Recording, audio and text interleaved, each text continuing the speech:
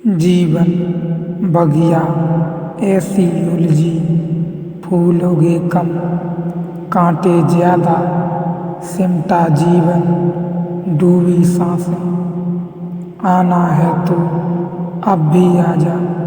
यदि आपने अभी तक पिछला अध्याय नहीं देखा है तो मैं आपसे विनती करूंगा कि कृपया करके पिछला अध्याय देखें, तभी इस अध्याय में प्रवेश करें, क्योंकि बिना पिछला अध्याय देखे आप इस अध्याय को नहीं समझ सकते।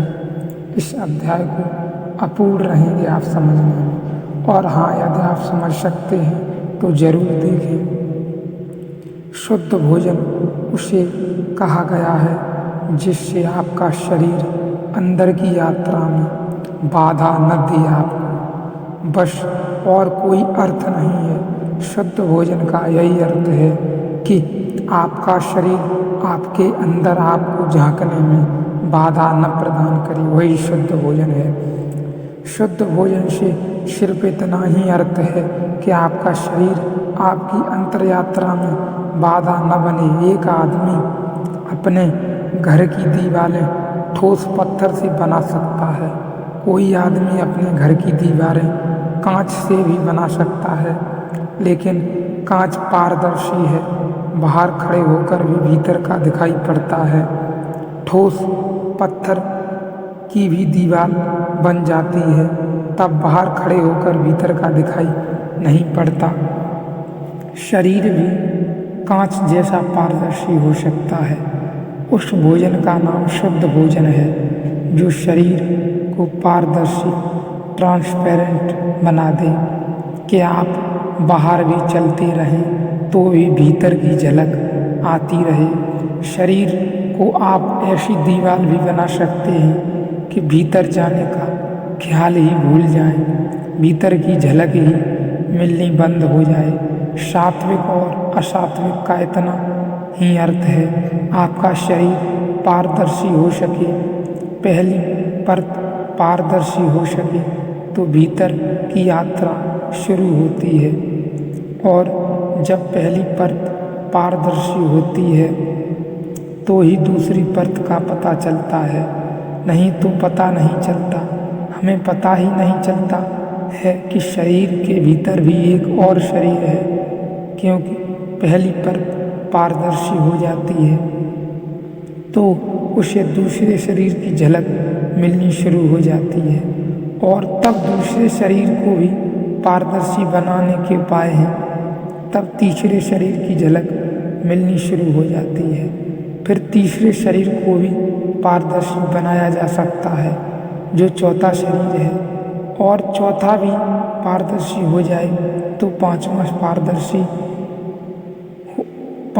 पारदर्शी है तो शरीर के बाहर है, जो शरीर के पार है, जो अशरीरी जो है उसकी झलक मिलनी शुरू होती है। तो आप अपने को ठोस पत्थर की दीवारें बना सकते हैं, कांच की पारदर्शी भी बना सकते हैं। इसलिए ऋषि पहले से शुरू करता है।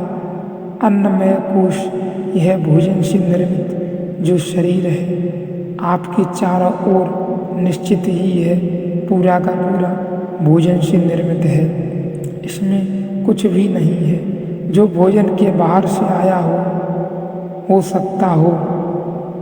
वह भोजन आपके पिता ने किया हो। यहाँ बहुत समझने वाली बात है, जो भोजन के बाहर से आया हो वो शायद आपके पिता ने किया हो, और वो उनके पिता ने किया हो, इससे कोई फर्क नहीं पड़ता। इस शरीर में ऐसा कुछ भी नहीं जो भोजन के बाहर से आया हो। मनुष्य का जो जीव कोश है जिससे गर्भ निर्धारण होता है, उसका विसर्जन करके सिवाय भोजन के तत्वों की और कुछ भी नहीं मिलता।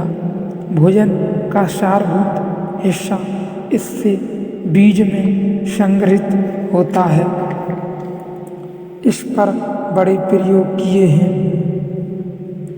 मनीषियों ने हजारों वर्ष तक पीढ़ी दर पीढ़ी कुछ परिवारों की हिम्मत करके शाकाहारी किया है, पीढ़ी दर पीढ़ी, क्योंकि एक दिन में कुछ बदलाहट शरीर में नहीं होती। शरीर का जाल बहुत ही लंबा है, बड़ा ही विशाल है।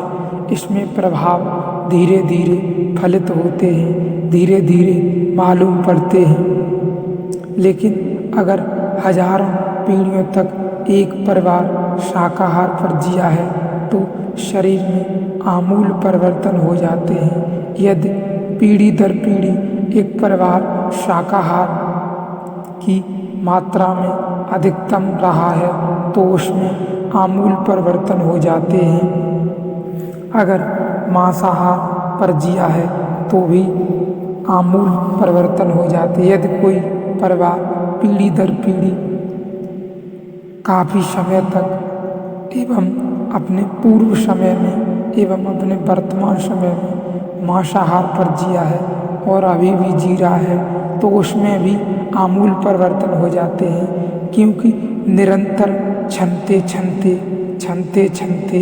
चाहे शाकाहार हो या मांसाहार, शुद्धतम होते होते भोजन बीज कोश में प्रवेश कर जाता है। और जब बीज कोश में प्रवेश कर जाता है तभी पारदर्शी स्थिति पैदा होती है। अनूठा प्रयोग था यह कि हम भोजन को पूरा बदलकर पूरे शरीर को बदल लें। इतनी बात से वैज्ञानिक भी राजी हैं कि शरीर में जो भी हम डालते हैं वह शरीर को बदलता है। शरीर में हम जिस प्रकार का भोजन लेते हैं वह शरीर पर प्रभावी रूप से प्रभाव डालता है एवं हमें देखने को भी मिलता है। यदि हमें पहले खोजना ही है भीतर की बाधा न बने तो पहले हमें भोजन को ठीक मात्रा में लेना होगा एवं उचित प्रकार का लेना होगा, जिससे हमें अपने भीतर झांकने में भोजन हमें परेशान न करे, भोजन हमें बाधा न बने। इसलिए ठीक प्रकार से भोजन लेना ही होगा, तब ही हम अपने पारदर्शी परत में प्रवेश कर सकेंगे और उसके द्वारा अपने आप को देख सकेंगे।